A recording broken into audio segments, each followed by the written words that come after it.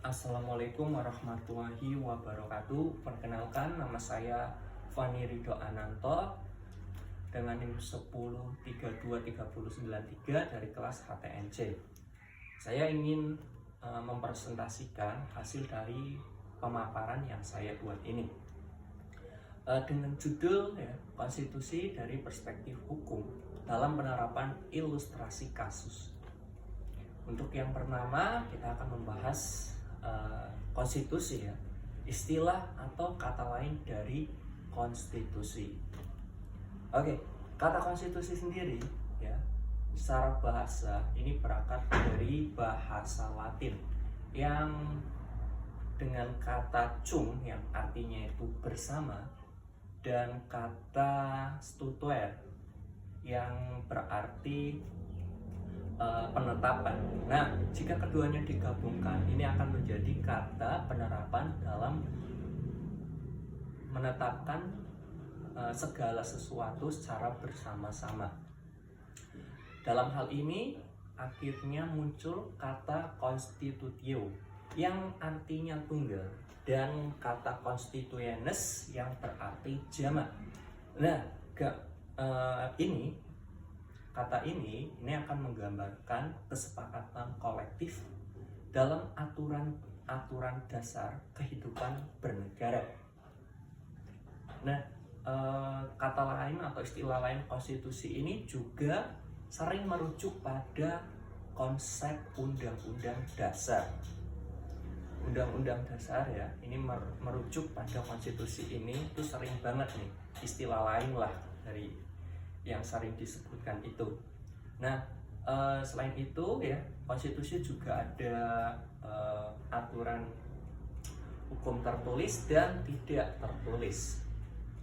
Karena ini sebagai kumpulan pada prinsip, norma, dan aturan dasar dalam mengatur kehidupan bernegara. Oke jadi seperti itu.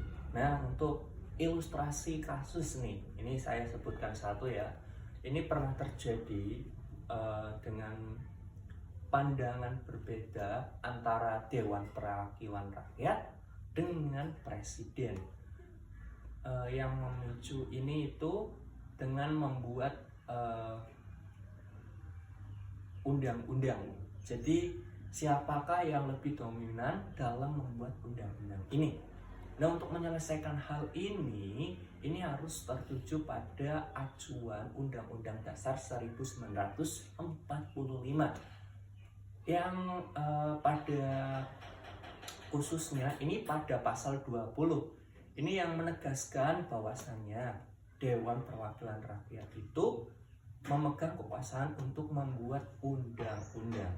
Nah, dalam kasus hal ini memperlihatkan bahwasanya jika terjadi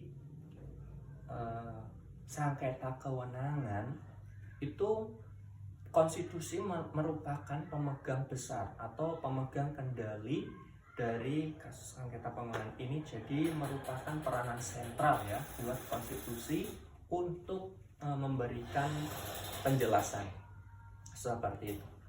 Selanjutnya kita akan masuki para pakar Ini juga para pakar menyebutkan atau para ahli bahwasanya konstitusi itu banyak sekali diterapkan. Untuk nama yang pertama saya sebutkan itu ada nama G.G. Wolhoff ini menyebutkan bahwasanya konstitusi itu identik dengan undang-undang dasar. Selanjutnya ada L.G. Appledron. Ini juga mengatakan bahwasanya itu konstitusi itu bisa tertulis sifatnya itu tertulis, itu undang-undang, dan tidak tertulis dalam artian konvensi. Selanjutnya ada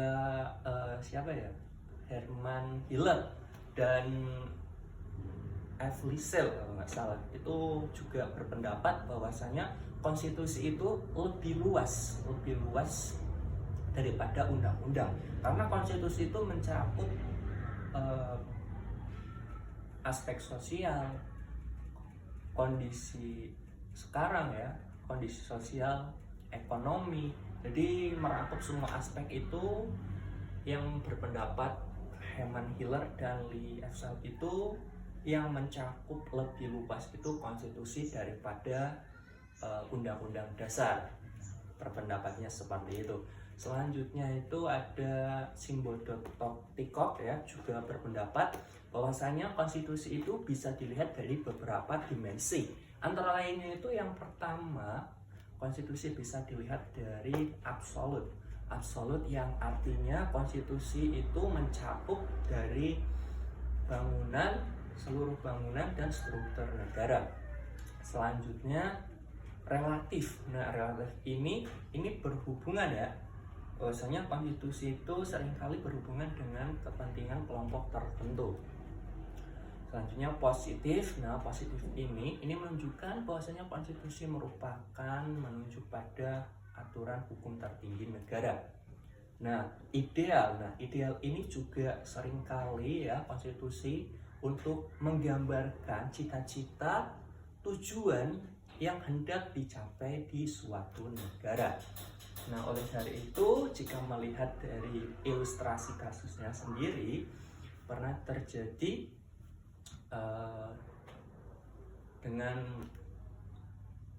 apa yang diputuskan oleh MK nomor 70 garis miring PUU strip XV 11 garis miring 2019 garis miring 2019 tentang putusan tentang undang-undang KPK ya. Itu putusan MK itu menyebutkan bahwasanya masyarakat sipil berpendapat bahwasanya itu konstitusi itu harus dilihat secara lebih luas, karena mencakup lebih luas itu jika dilihat dari berargumen masyarakat sipil itu sendiri, itu biar dilihat dari identik konstitusi sebagai acuan peran dari masyarakat.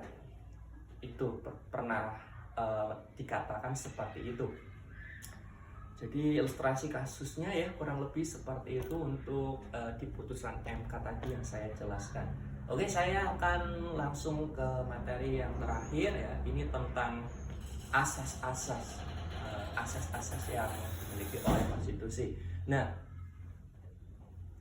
konstitusi juga merupakan ya bukan hanya aturan yang tertulis, hukum yang tidak tertulis saja, karena asas ini juga ada asas memuat fundamental ya, yang diantaranya itu ada asas supremasi konstitusi. Apa itu supremasi konstitusi? Nah, supremasi konstitusi itu sendiri ya, ini merupakan hukum konstitusi tertinggi yang mengikat pada seluruh elemen negara. Jadi semuanya itu merangkul ya. Untuk selanjutnya ada kedaulatan rakyat. Nah, apa itu kedaulatan rakyat? Jadi kedaulatan rakyat ini sendiri ya, ini kedaulatan yang kuasanya itu paling tertinggi dan pelaksanaannya itu harus sesuai dengan aturan konstitusi ya.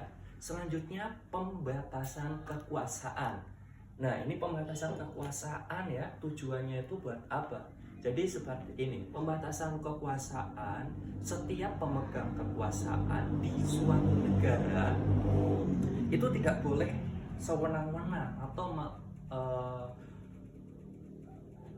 dalam artian itu harus patuh, harus taat pada aturan hukum. Jadi nggak boleh sewenang-wenang untuk pembatasan kekuasaan, tujuannya seperti itu. Selanjutnya ada pembatasan kekuasaan. Oke, selanjutnya ada check and balance. Oke ya, jadi check and balance ini tujuannya buat apa? Check and balance ini tujuannya ini merangkul ya semua lembaga. Ini tujuannya membagi kekuasaan ke semua lembaga itu agar saling mengikat, jadi bisa mengawasi status sama lain. Jadi check and balance itu gunanya seperti itu.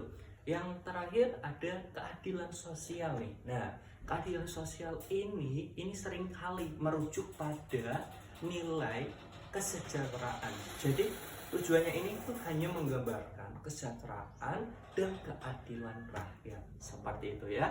Oke, buat Kak Ayon ya, mohon maaf banget ini untuk saya presentasi masih terbelet-belet ya, kurang lebih saya belajarnya kurang dimaksimalkan mungkin ya. Jadi terima kasih, saya akhiri.